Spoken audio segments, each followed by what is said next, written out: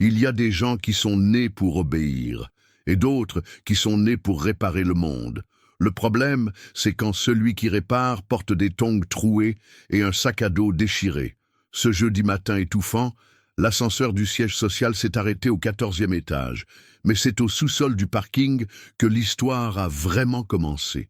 Un garçon maigrelet, les yeux plus grands que le ventre, serrait si fort son badge de visiteur qu'on aurait dit qu'il s'y accrochait pour ne pas disparaître. « Un nom complet ?» demanda la réceptionniste, sans lever les yeux de son ordinateur. « Isaac da Silva Andrade. Je suis le fils de la dame du ménage, » répondit-il, tentant de garder le menton droit. « Et tu viens faire quoi dans le serveur ?» Silence. Le garçon leva les yeux au plafond, regarda le sol, puis tendit un papier froissé. « On m'a demandé de rapporter ça. Il y a une erreur dans le code. Je l'ai vu hier. » La femme éclata de rire. Un rire sans joie, un rire de mépris. Bien sûr, le fils de la femme de ménage a vu une erreur de code dans une entreprise de cybersécurité milliardaire. Manquerait plus que tu sois hacker. Si t'aimes les bonnes histoires, clique déjà sur like et abonne-toi. Sinon, tu vas rater le reste de ce récit. Écoute bien, ce garçon aurait pu ravaler sa fierté. Il aurait pu rentrer chez lui comme n'importe qui, mais non. Il est resté là, debout, avec le papier en main, et les yeux disant plus que la bouche. Par chance, à ce moment précis, un homme en costume bleu marine, cheveux gominés en arrière et regard fermé, traversa le hall. « Que se passe-t-il ici ?» demanda-t-il. La réceptionniste ne perdit pas de temps. Le gamin dit qu'il est venu vérifier le serveur. « Tu te rends compte ? Un gosse qui se prend pour un programmeur ?» L'homme fixa Isaac, yeux dans les yeux. Il n'y avait pas de peur dans le regard du garçon. Il y avait autre chose, un courage silencieux. « Donne-moi ce papier !» dit l'homme. Le garçon tendit la feuille avec précaution comme s'il livrait un secret. L'homme lut, s'arrêta, fronça les sourcils, relut, et murmura un mot que personne ne s'attendait à entendre. « Merde !» C'est là que l'ascenseur se débloqua. Mais le monde, mon ami, le monde de ce garçon ne faisait que commencer à monter. Et tiens-toi bien, ce qu'il y avait écrit sur ce papier allait empêcher la plus grande fuite de données de l'histoire de l'entreprise. Mais personne ne le savait encore, sauf le garçon et l'homme en costume qui commençait à s'en douter. Et c'est ainsi, mon ami, avec une clé USB en main et un écran qui clignotait comme un cœur paniqué, qu'un garçon de 13 ans se retrouva seul face à une guerre numérique, mais du bon côté de la tranchée. Venturini raccrocha le téléphone, tapa sa main sur la table et cria « Quelqu'un est en train de pénétrer notre système. Ils sont déjà dans notre réseau. » La sueur coulait déjà sur son front, et le garçon, encore avec son sac sur l'épaule, murmura calmement « Ils ont découvert le miroir, et ils aspirent tout. Si on ne coupe pas la réplication en temps réel, dans 5 minutes, il n'y aura plus rien à sauver. » Le président se retourna abasourdi. « Alors aide-moi, gamin !» Isaac tira le clavier vers lui, les yeux fixés sur le code, les doigts tapant comme un tambour. Il tapait des commandes comme s'il écrivait son propre destin. « Il y a un moyen de tromper l'attaquant. » « Comment ça ? On coupe le miroir de production et on connecte un serveur leur. Il croit continuer à aspirer des données, mais en réalité, il pêche du vent. Tu sais de quoi tu parles ? Oui. Et si vous me faites confiance, je le fais. » Venturini hésita, 2 secondes, 2 siècles, puis dit « Alors prends ce réseau, Isaac. » Et le garçon l'a pris. Là, sur ce sol de verre et de pouvoir, où personne ne portait un nom comme le sien, un garçon pauvre prenait la barre de la plus grande entreprise de cybersécurité du pays. Il tapait, inversait les ports, redirigeait les paquets, brouillait les logs. « Ils essaient d'ouvrir la sauvegarde d'hier, dit-il. »« Et ça veut dire quoi ?» demanda Venturini pâle. « Que nous avons 40 secondes. » L'horloge clignotait dans le coin de l'écran. Chaque seconde était une bombe prête à exploser, et dans ce silence, un déclic. Le système se figea. Puis un message apparut à l'écran. « Connexion perdue. Erreur réseau. »« C'est fini ?» demanda le président à bout de souffle. Isaac sourit, un petit sourire timide, mais chargé de cette chose rare aujourd'hui, la dignité. Ils sont tombés dans le piège. Maintenant, ils téléchargent des données d'entraînement. inoffensive. Venturini s'affaissa sur son siège, se couvrit le visage de ses mains. « Tu viens d'empêcher la plus grande fuite de données de l'histoire du secteur. J'ai juste fait ce qui était juste, monsieur. » Mais Venturini secoua la tête, grave. « Non, ce qui aurait été juste, c'est qu'un garçon comme toi soit de ce côté du mur depuis le début. C'est le monde qui se trompe en rendant les gens comme toi invisibles. » C'est alors que la porte de la salle s'ouvrit en trombe. Sécurité, direction, service informatique, tout le monde parlait en même temps. « Ils attaquent notre réseau. On a réussi à bloquer. D'où ça vient ?» Et le président se leva, fit un pas en avant et désigna « Pas de panique, celui qui a bloqué, c'est lui. » Tous se tournèrent. Personne ne comprit. Ce garçon a sauvé l'entreprise du naufrage. Et s'il n'était pas venu aujourd'hui, nous serions en train de négocier avec des criminels. Silence. Il s'appelle Isaac, et à partir d'aujourd'hui, il n'est plus le fils de la femme de ménage. Il est membre de notre département de cybersécurité, et sera payé comme tel. Quelqu'un rit, pensant que c'était une blague, mais l'expression de Venturini ne laissait aucune place au doute. « Ah, et encore une chose, » ajouta-t-il, « ceux qui rient sont invités à partir. » Isaac regardait tout, sans savoir s'il devait sourire ou pleurer. Il ne savait pas si c'était un rêve ou le début d'un nouveau chapitre, mais ce qu'il ignorait, et personne d'autre ne savait non plus, c'est que tout cela allait prendre une tournure inattendue, car son nom avait déjà fuité dans le monde entier. On dit que faire le bien attire le bien, mais ce que personne ne dit, c'est que plus ton bien est grand, plus il dérange ceux qui vivent dans l'ombre. Du jour au lendemain, littéralement, le nom d'Isaac a explosé partout. Journaux, réseaux sociaux, groupes WhatsApp, radios de taxi, même les bars de quartier. Un garçon de 13 ans empêche une cyberattaque géante. Fils de femme de ménage devient chef de la cybersécurité. Génie ou arnaque bien ficelée, car oui, les gens ne croient pas au miracle sans chercher le truc. Venturini tenta de le protéger. Il lui dit de ne pas parler aux journalistes, de ne pas répondre aux mails, de rester discret. Mais c'était déjà trop tard. À l'école, des caméras à la grille. Dans le quartier pauvre de la zone nord, là où les égouts débordaient, on croisait maintenant des journalistes en chaussures de cuir, glissant dans la boue. La mère d'Isaac, Donna Marlène, ne savait plus si elle devait pleurer de fierté ou de peur. « Et Isaac, t'es sûr de n'avoir touché à rien d'illégal ?»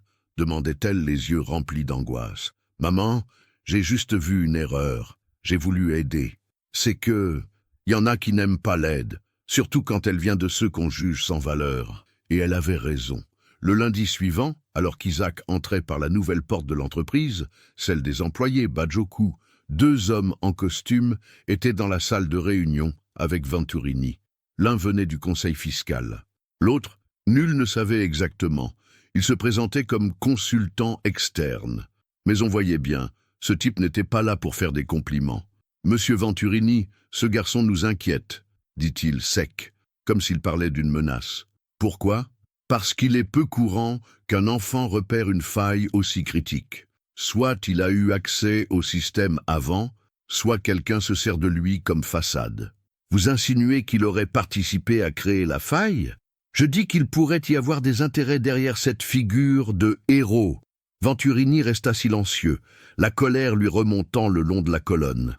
Mais l'homme continua. « Ce garçon n'a pas de formation, pas de dossier scolaire, pas de CV. La seule chose qu'il a, c'est un accès. Et l'accès, monsieur Venturini, c'est du pouvoir. » En bas, dans le secteur des serveurs, Isaac travaillait en silence. Pas d'écouteurs, pas de bonbons, pas de téléphone.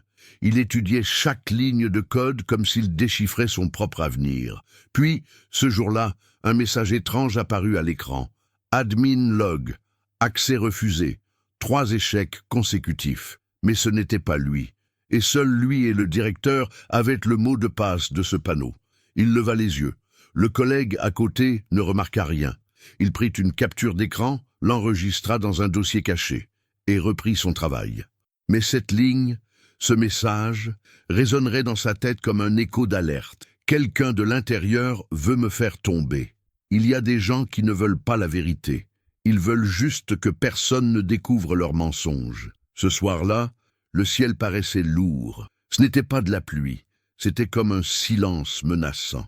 Et là, dans le quartier de Villa das Pedras, où les lampadaires fonctionnent quand bon leur semble, et où l'asphalte ressemble plus à une ruine qu'à une rue, Isaac marchait, le sac serré sur le dos et la tête en feu. Cette alerte du serveur ne quittait pas son esprit. 3 tentatives d'accès refusées, sur son compte, dans le panneau le plus sensible de l'entreprise. Arrivé chez lui, il trouva Donna Marlène avec une assiette de riz réchauffée et un sourire fatigué. « Alors, le travail aujourd'hui, mon fils ?»« Ça allait, maman, enfin, presque. » Elle le regarda, inquiète. « Qu'est-ce qui s'est passé ?»« Rien de grave, juste un truc bizarre. Il semble que quelqu'un ait tenté d'entrer dans le système en utilisant mon identifiant. » Elle posa sa cuillère. « Et tu en as parlé à quelqu'un là-bas ?»« Pas encore. »« Ne le dis pas, Isaac. »« Mais maman, j'ai dit non, pas pour l'instant. » Il ravala sa salive. « Mais pourquoi ? Parce que quand un pauvre monte trop vite, il y a toujours quelqu'un pour lui tirer le tapis sous les pieds. Et si tu dis qu'il y a un problème, ils diront que c'est toi le problème. » Il baissa les yeux, mais grava l'avertissement dans son cœur. Car le monde tourne, oui, mais il tourne tordu pour ceux qui n'ont pas de nom de famille puissant. Il ne demandait pas un miracle. Il ne voulait pas une maison avec piscine. Il n'imaginait pas devenir célèbre, ni même être compris. Il voulait juste une chose, une seule, voir la mer. Rebecca le regardait sans comprendre. « Tu veux dire aller à la plage ?» Isaac hocha la tête timidement. « Je ne l'ai jamais vue. Je veux savoir si elle fait le bruit qu'on entend dans les films. » Elle sentit sa gorge se serrer. « Tu veux aller maintenant ? Je peux pas. Maman va avoir besoin de moi. Et j'ai encore des choses à faire ici. » « Quelle chose ?» Il détourna les yeux, cherchant une réponse dans le silence. « Je dois terminer ce que j'ai commencé. » Ce soir-là, Rebecca ne dormit pas. Elle contacta des amis, des journalistes, des membres d'ONG. Elle voulait comprendre. Qu'avait découvert ce garçon ? Et surtout, qu'essayait-on de cacher ? Pendant ce temps, Isaac écrivait. Pas des histoires, des lignes de code. Il ne jouait pas à être hacker. Il en était un. Mais pas pour voler, pas pour nuire. Il l'était pour protéger. Ce qu'il avait vu dans le système, peu de gens auraient eu le courage de l'affronter. Des données falsifiées, des accès en double, des failles volontaires, un sabotage numérique silencieux orchestré par quelqu'un à l'intérieur de l'entreprise. Et Isaac avait tout enregistré. Date, IP, chemin d'accès, copie. Si je disparais demain, quelqu'un doit savoir. Il grava tout sur un vieux pendrive qu'il portait autour du cou. Puis il écrivit une seule phrase en haut du fichier « Je ne veux pas être célèbre, je veux juste voir la mer. » Il y a des moments où le monde te pousse, et tu n'as que 2 choix, tomber ou apprendre à voler avant de toucher le sol. Cette nuit-là, Isaac ne mangea pas, ne dormit pas, ne cligna même pas des yeux.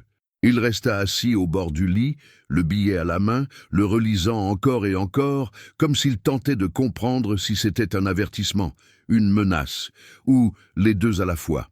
Sa mère entra dans la chambre et sentit dans l'air le poids que son fils portait. « Qu'est-ce qu'il y a, mon fils ? Ils essaient de m'accuser, maman. Ils veulent dire que c'est moi qui ai piraté le système. Mon Dieu, mais quelqu'un à l'intérieur sait la vérité. Il m'a laissé ce billet. Il dit que la faille du système n'était pas un accident. Elle a été créée volontairement. Et celui qui l'a fait signe assez. » Donna Marlène s'assit à côté de lui, prit le papier du bout des doigts. « Assez, j'ai déjà entendu ce nom. »« Où ? » ?»« Dans les couloirs. Il y a un certain Arthur Cardozo, toujours en costume, parole douce, mais regard hautain envers ceux qui portent un uniforme. Il travaille pour l'entreprise. C'est un consultant. Il entre et sort du bureau de M. Venturini, mais personne ne sait vraiment ce qu'il fait. Le cœur d'Isaac accéléra. Consultant, IP interne, accès nocturne, AC. Les pièces du puzzle commençaient à s'assembler. Le lendemain matin, Isaac ne se rendit pas à l'école. Il alla directement au cybercafé du quartier, le même où il avait appris à programmer en regardant des tutoriels avec le son saturé et une souris sans boule. Il s'assit au fond, connecta une clé USB cachée et accéda à la sauvegarde secrète des journaux de l'entreprise. Chaque ligne de code était un fil de mémoire. Chaque accès, un indice. Et là, au milieu de chaînes, de scripts et de dossiers cachés, il trouva ce que personne ne voulait qu'il voie.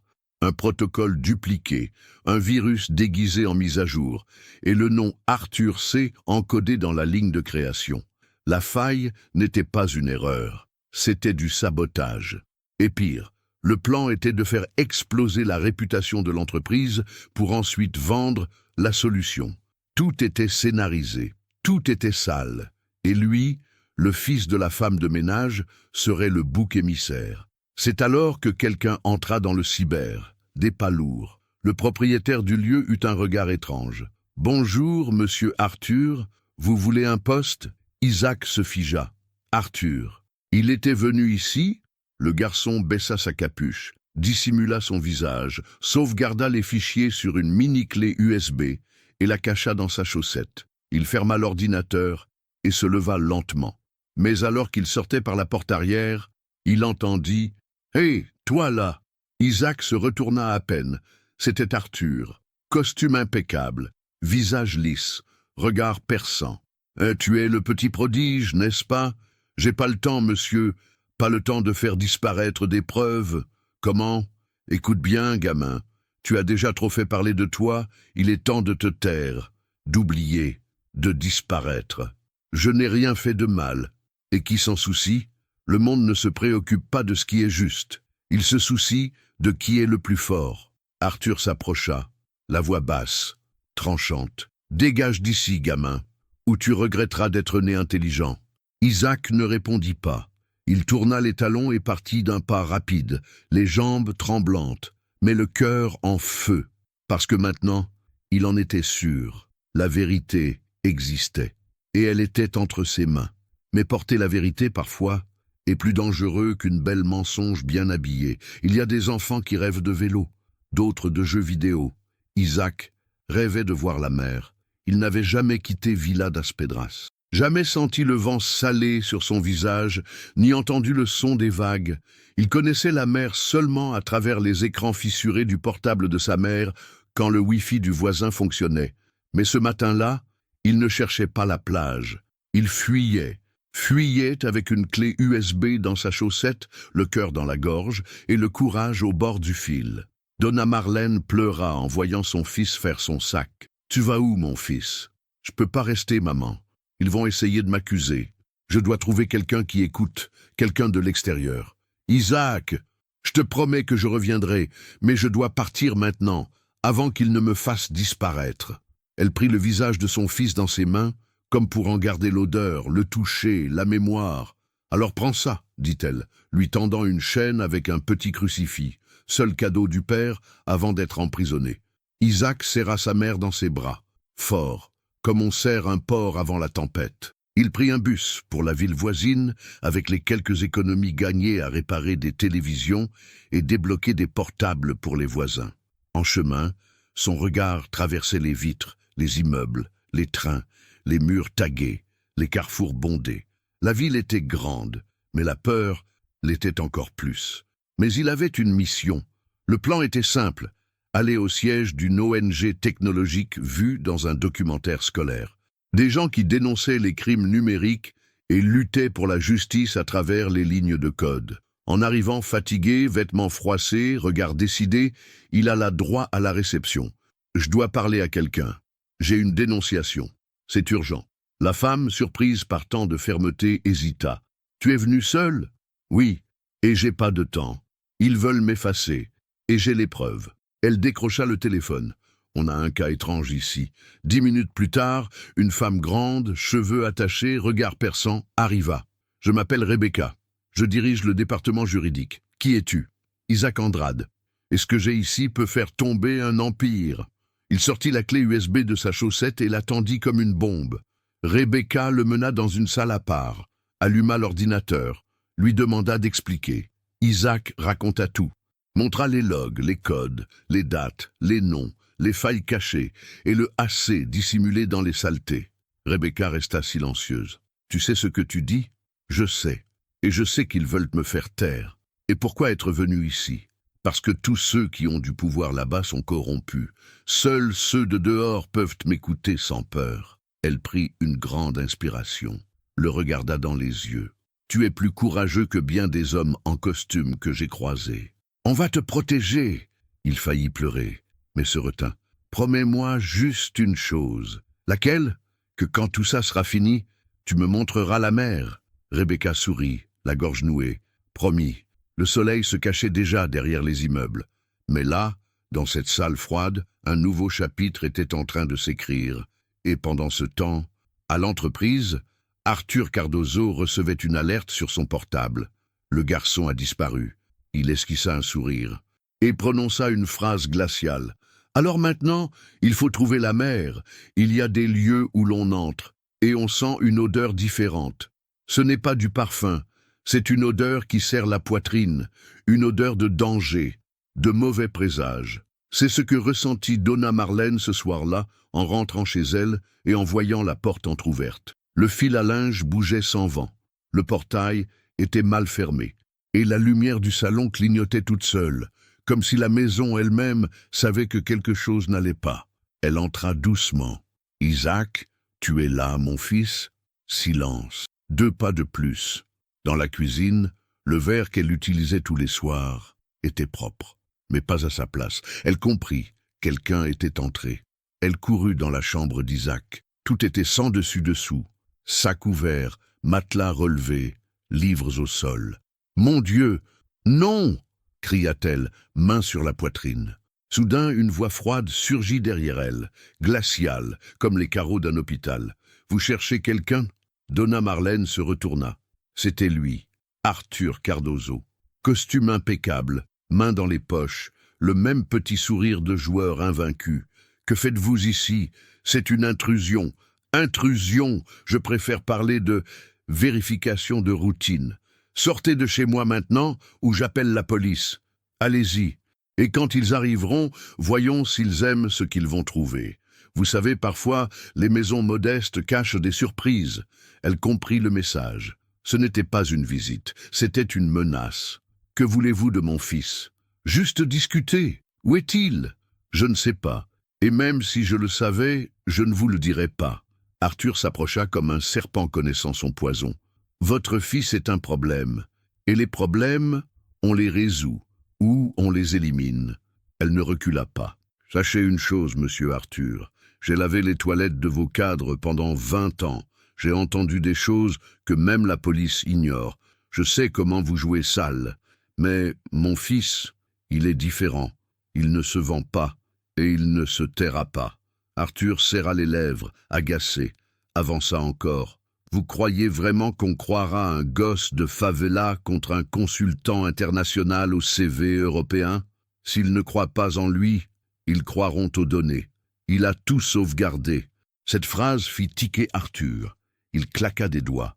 2 hommes entrèrent par l'arrière. Le système de sécurité maison ne faisait peur qu'aux pigeons. « Fouillez, il n'est pas ici, mais il a peut-être laissé quelque chose. » Donna Marlène cria, tenta d'empêcher, fut bousculée, tomba au sol.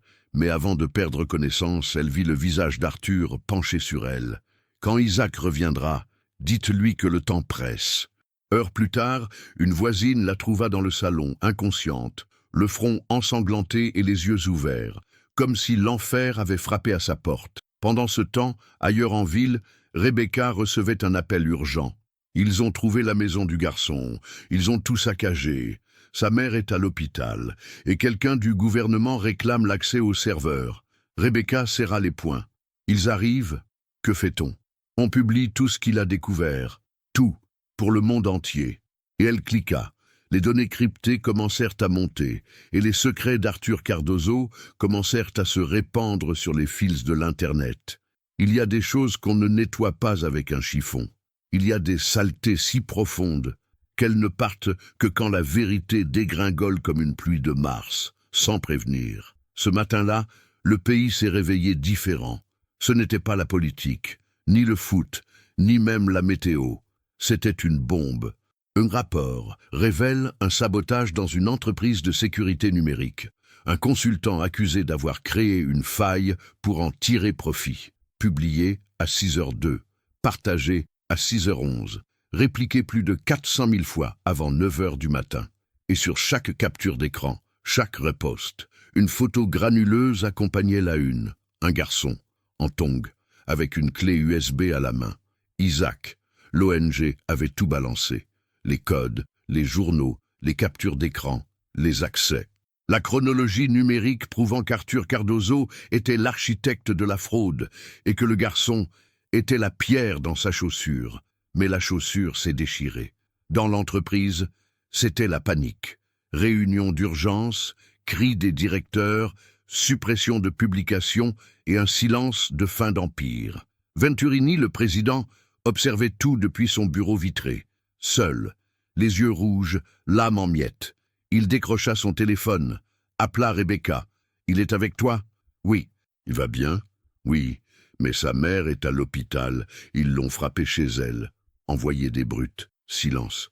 J'aurais dû les protéger. Il est encore temps. Tout le pays voit. Et maintenant ?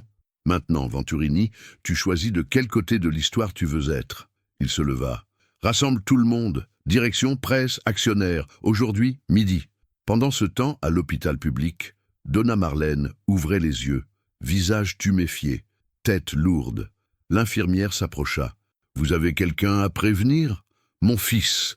Il doit savoir que je suis vivante. » Mais avant que le message soit transmis, le téléphone de l'hôpital sonna. « Ici l'assistance du président de Trustgate. Nous devons envoyer une protection pour la patiente Marlène Andrade. Immédiatement. » Une protection ? Sa vie est en danger. Et celle de son fils aussi. 10 minutes plus tard, 2 agents de sécurité privée entraient à l'hôpital, armés, en uniforme, avec une mission claire, protéger la femme qui avait élevé le garçon ayant défié le système. Et à midi pile, les caméras s'allumèrent. Conférence de presse. Devant micro et flash, le président Venturini monta sur l'estrade, respira profondément et dit « Aujourd'hui, je ne m'exprime pas en tant que dirigeant. Je parle en tant qu'homme, un homme qui a échoué à protéger celui qui le méritait. Un garçon de 13 ans qui a sauvé non seulement les données de cette entreprise, mais ma foi en l'avenir. » Silence absolu. « Il s'appelle Isaac da Silva Andrade, et tant que je vivrai, ce nom ne sera plus jamais oublié. » À ce moment-là, les images système commencèrent à apparaître sur un grand écran. Les mêmes documents que Rebecca et l'ONG avaient révélés. Venturini continua. Arthur Cardozo, consultant externe, a été écarté et fait l'objet d'une enquête fédérale. Il a orchestré la plus grande fraude jamais enregistrée dans ce secteur. Quelqu'un dans la salle cria « Et le garçon ? Il sera officiellement embauché. Avec un salaire, une sécurité et tout ce qu'il faut pour qu'il étudie, grandisse et bâtisse. Il n'a pas besoin de charité, il a besoin de reconnaissance. » Au fond de la salle, Rebecca regardait la transmission. Isaac à ses côtés.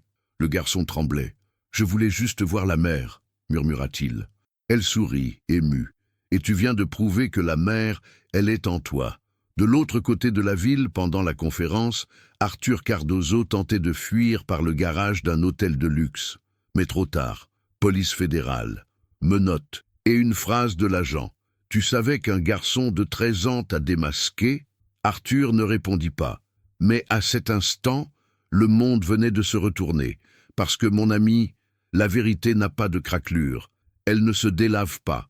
Elle ne fond pas avec l'argent. Elle attend. Mais quand elle éclate, c'est un déluge. Il y a des larmes qui ne coulent pas. Elles restent là, en nous, coincées dans la gorge, tapies au coin de l'œil, pesantes dans la poitrine. Cet après-midi-là, alors que le pays était sous le choc et que les manchettes affichaient « Eros » en majuscules, Isaac restait silencieux. Pas un sourire, pas un mot. Les yeux au sol, la vieille clé USB toujours dans sa poche, comme un talisman. Rebecca tenta de lancer une conversation, mais il était ailleurs. « Ça va, Isaac ?» Il hocha la tête sans la regarder. « Je suis fatigué. Tu veux rentrer à la maison ? Je sais plus où est ma maison maintenant. » Elle comprit. Parce qu'un enfant qui grandit à esquiver les menaces ne fait jamais vraiment confiance au toit au-dessus de lui. Mais au même moment, la nouvelle qui l'attendait tant arriva. « Ta mère s'est réveillée. Elle est hors de danger. Elle veut te voir. » Il se leva comme foudroyé, respira fort et murmura « Je veux juste la prendre dans mes bras. » À l'hôpital, la chambre était simple, drap fin, murs écaillés, odeur d'alcool et de savon. Mais à l'intérieur, c'était l'amour qui régnait. Quand Isaac entra, pas à pas, les yeux encore marqués, Donna Marlène ouvrit les bras. « Viens ici, mon fils. Viens dans les bras de ta mère. » Et il vint, sans un mot. Il se jeta dans ses bras comme un petit enfant. Et là, tout s'effondra. Ce n'était pas un sanglot, ni un cri, juste un souffle tremblant et un silence qui faisait plus mal que n'importe quel mot. Elle passa la main dans ses cheveux, doucement. « Tu es ma fierté, Isaac. » Il hocha la tête. « J'ai eu peur de te perdre. Et moi, j'ai eu peur que tu abandonnes. Mais tu as tenu, mon fils, et tu as vaincu. » Ils restèrent là, longtemps, comme si le temps lui-même leur offrait un peu de paix. Dehors, les journalistes essayaient d'avoir une image, mais Rebecca bloquait, interdisait, protégeait. Il est encore un enfant, et il va le rester. Quelques heures plus tard, l'ONG annonça la création d'un nouveau projet, Programme Isaac, Intelligence sociale d'accès à la qualification. Un nom en hommage à celui qui avait prouvé que le talent n'a pas d'adresse. Le projet offrait une formation gratuite en programmation, cybersécurité et éthique numérique pour les jeunes des quartiers populaires du Brésil. Et plus encore, Isaac en serait le premier mentor symbolique. Il fut invité à faire une déclaration. Il refusa d'abord, mais plus tard, devant un amphithéâtre rempli d'élèves et d'enseignants, il monta sur scène, regarda le micro et dit, la voix ferme, « Je suis pas venu ici pour enseigner quoi que ce soit. Juste pour dire une phrase que ma mère a toujours répétée, ceux qui naissent avec peu peuvent avoir beaucoup à l'intérieur. » Applaudissements, des larmes, et il continua. « Je ne suis pas spécial. J'ai juste vu quelque chose de faux, et j'ai choisi de ne pas faire semblant que c'était vrai. » Une fille leva la main. « Et tu veux toujours voir la mère ?» Il sourit, pour la première fois depuis des jours. « Oui, mais maintenant, je veux pas y aller seul. » Le lendemain, Rebecca l'emmena, lui et Donna Marlène, jusqu'à la côte. Ce fut simple, sans photo, sans spectacle. Et quand il arriva sur le sable, pieds nus, sentant le vent sur son visage, l'eau froide sur ses pieds, il resta là, sans un mot, juste en regardant cet océan infini. Il ne pleurait pas, mais ses yeux étaient humides à l'intérieur. Le bureau était silencieux. Même les écrans semblaient respirer plus lentement. Rodrigo, l'un des hommes les plus puissants du pays, était là, assis, les coudes sur la table, les yeux fixés sur un garçon qui ne tremblait pas. « Pourquoi as-tu fait ça, Isaac ?» demanda-t-il enfin. « Parce que personne d'autre n'allait le faire. Tu sais que tu viens de déstabiliser un secteur entier, n'est-ce pas?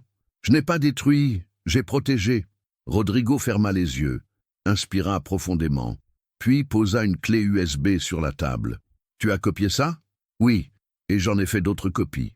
Et si je t'offrais un emploi, un bon salaire, une formation à l'étranger, sécurité, tu vivrais confortablement pour le reste de ta vie. » Isaac le regarda, longuement. « Et qu'est-ce que je devrais faire en échange? Oublier ce que tu as vu. » Silence. « Monsieur, ma mère nettoie les couloirs de cette entreprise depuis 10 ans.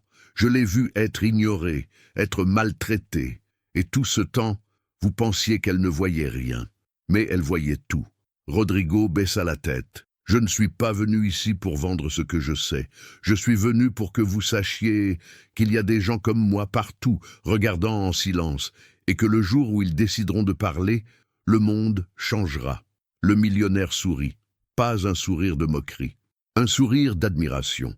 Et peut-être pour la première fois de soulagement. « Très bien, je te laisse partir avec ta vérité. » Mais au moment où Isaac se leva, Rodrigo le retint. « Attends, une dernière chose. » Il ouvrit un tiroir, sortit une enveloppe et la lui tendit. « Qu'est-ce que c'est ?»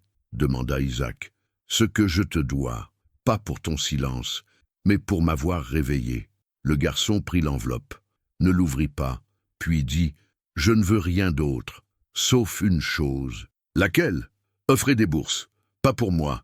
Pour d'autres comme moi, invisibles, mais capables. » Le regard de Rodrigo s'assombrit, puis s'éclaira. « D'accord, considère que c'est fait. » Et à cet instant, 2 destins prirent des directions opposées, l'un vers la reconstruction, l'autre vers le commencement d'un monde meilleur. Le destin est drôle. Il fait attendre une vie entière pour une chose simple. Puis, quand elle arrive, elle déborde comme une vague et touche les coins qu'on n'imaginait même pas. Isaac avait vu la mer, mais ce n'est pas lui qui l'a raconté. C'est une photo, prise par un enfant sur la plage, publiée dans un groupe de quartier avec la légende « Ce garçon, là, c'est celui qui a sauvé l'entreprise ». 10 000 partages. Et en quelques heures, tout s'est enflammé. Des chaînes de télé l'appelaient. Des universités américaines offraient des bourses. Des politiciens voulaient de faire des discours à ses côtés, mais il ne répondait à rien. Il restait là, dans sa chambre, à côté de sa mère. Et quand Rebecca l'interrogea, il répondit « Ce que j'ai fait, c'est juste empêcher le pire. Ce n'est pas un exploit. C'est une obligation. Mais les gens doivent entendre ça. Alors qu'ils écoutent les autres, il y a plein d'enfants comme moi. Je ne suis pas l'exception. Je suis juste celui qui a été vu. » Le lendemain, une école de technologie l'invita à donner une conférence. Il accepta, et quand il monta sur scène, simple, en t-shirt, le regard timide mais l'âme géante, le silence s'imposa. Et il dit « Je ne suis pas là pour parler de code, ni de sécurité. Je suis là pour parler de ce que personne n'enseigne. La honte. Silence. Honte d'être pauvre, de ne pas avoir un bon téléphone, de sentir que tu dois prouver ton intelligence à chaque instant. J'ai grandi comme ça. Et je sais que des milliers de jeunes aussi. Une enseignante essuya une larme. Un étudiant baissa la tête. On m'a toujours dit que j'étais bon pour un garçon des quartiers. Mais je ne suis pas bon. Je suis capable. Et je ne veux pas être comparé à personne. Je veux juste faire ce que je suis né pour faire. Créer. Applaudissements. Cette nuit-là, la vidéo devint virale, et au même moment, une campagne en ligne se lançait. Isaac au Mité. Des millions de vues, des milliers de dons. Mais la plus grande surprise ne venait pas de là. Elle arrivait d'une boîte, une lettre avec un sceau en or arrivé par coursier. À Isaac da Silva Andrade, nous avons vu ton potentiel. Nous voulons que tu viennes développer avec nous. Projet, humanité numérique, localisation. Genève, Suisse. Le garçon l'a lu, reprit son souffle. « Maman. »« Oui, mon fils. Ils veulent que je parte. » Elle resta silencieuse, puis sourit. « Alors vas-y, mais promets-moi une chose. »« Laquelle ? N'oublie jamais d'où tu viens. » Il baissa la tête, puis dit « Je n'oublierai jamais, parce que là d'où je viens m'a appris à voir ce que personne ne voit. La renommée est douce comme du miel, mais peut aussi coller à l'âme. » Dans les semaines qui suivirent, Isaac devint un symbole. Des graffitis dans les favelas portaient son visage. Des cours en ligne citaient son nom. Des entreprises offraient des stages aux jeunes des périphéries. Des ONG demandaient des partenariats. Mais Rebecca, celle qui l'avait protégé dès le premier jour, décida de prendre une position claire. « Je ne veux pas qu'il devienne un produit. Je veux qu'il reste un garçon. » Elle refusa des interviews, bloqua des invitations, et même les messages des stars. Et quand un géant du numérique proposa de faire un documentaire sur lui, elle répondit « Vous pouvez raconter son histoire, mais ne racontez pas votre version. Demandez-lui la sienne. » Ce fut ainsi qu'Isaac, pour la première fois, écrivit un petit texte sur un site indépendant. Il l'appela « Le monde ne doit pas m'aimer. Il doit aimer ce que je défends. » Il écrivait « Je ne suis pas spécial. Je ne suis pas un génie. J'ai juste vu une chose qui clochait et j'ai décidé de ne pas me taire. Si vous voulez faire quelque chose pour moi, alors faites-le pour ceux qui sont encore invisibles, parce que je ne veux pas être le seul. Je veux juste être le premier. » Le texte fut partagé par des activistes, des professeurs et même des religieux.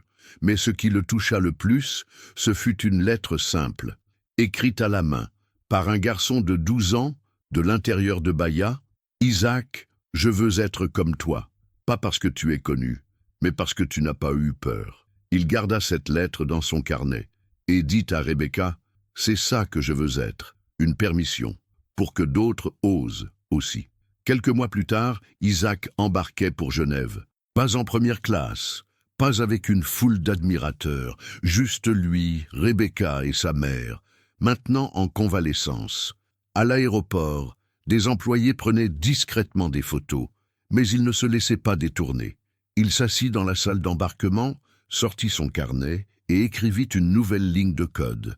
Rebecca lui demanda « Qu'est-ce que tu écris ?»« Un nouveau script pour détecter les vulnérabilités sociales dans les bases de données publiques. »« Et à quoi ça sert ?»« À prouver par les données ce que les pauvres disent depuis toujours. On nous oublie. » Elle sourit. « Et tu crois que le monde va t'écouter ? Je crois qu'ils ne pourront plus faire semblant de ne pas m'entendre. » Arrivé en Suisse, Isaac entra dans un monde qu'il n'imaginait pas. Des laboratoires avec des murs en verre, des chercheurs du monde entier, des robots qui conversaient. Mais il ne se perdit pas. Il savait qui il était. Et quand on lui demanda de se présenter, il dit simplement « Je m'appelle Isaac, je suis fils de Marlène, et mon code vient de la rue. » Le temps passa, et Isaac devint une référence mondiale, non pour sa célébrité, mais pour sa capacité à comprendre les failles que personne ne voit. Et un jour, lors d'un sommet sur la cybersécurité mondiale, il fut invité à prendre la parole. Costume simple, diction directe, regard ferme. Il monta sur scène et dit « Je ne suis pas venu ici pour parler de firewall, ni d'algorithme. Je suis venu parler de gens. » Pause. Parce que tout réseau a une faille. Mais la plus dangereuse, ce n'est pas celle des machines. C'est celle de la société, là où on croit que des gens n'ont rien à dire, juste parce qu'ils n'ont pas un nom connu. Silence. Puis tonnerre d'applaudissements. Et il conclut. Un jour, un garçon a vu une faille dans un système et il a alerté. Mais personne n'écoutait. Il a insisté, il a agi et il a changé l'histoire. Ce garçon, ce n'est pas moi, c'est chacun d'entre vous. Parce que parfois, pour sauver le monde numérique, il faut juste un regard humain. Quand il descendit de scène, sa mère était là, elle l'attendait, elle le prit dans ses bras et dit « Tu n'as pas changé, mon fils, tu t'es juste élevé. » Il sourit et répondit « Parce que tu m'as appris que la grandeur, c'est de ne jamais oublier ceux qui n'ont pas encore été vus. » Fin.